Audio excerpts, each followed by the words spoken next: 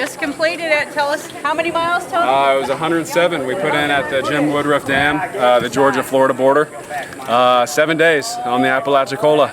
Nice. Beautiful, beautiful. We had a headwind pretty much the entire way. Unfortunately, it felt like we were paddling upstream for the majority of the way. But man, what a beautiful, beautiful waterway. And you had some beautiful weather too. We did. Fantastic storms, lightning. We had the first 2 days were a good 20-mile-plus paddles.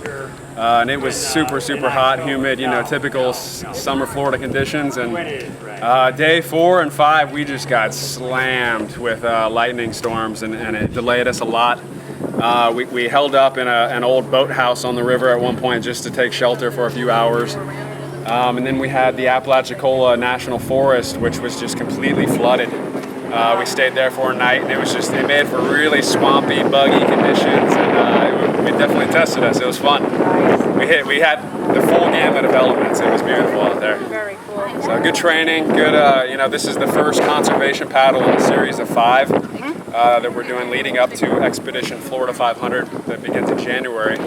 So we wanted to utilize these as an opportunity to not only train and get prepared, work out the kinks with our own processes, but to celebrate these beautiful rivers and waterways as well, and to partner with the river keepers. And we've been doing a lot of social media and awareness to get people involved and to see, you know, what's out there. Yeah, absolutely. We've had a lot of people online. You know, I've been looking at the comments. People that didn't even know this waterway existed. Right. Just You brought this with area totally to the world now. I love it. And it's such a beautiful stretch. Yeah, not many people get to see. Yeah, oh, it's completely wild. We saw, we could count the number of people on our hands, you know, that were on the water.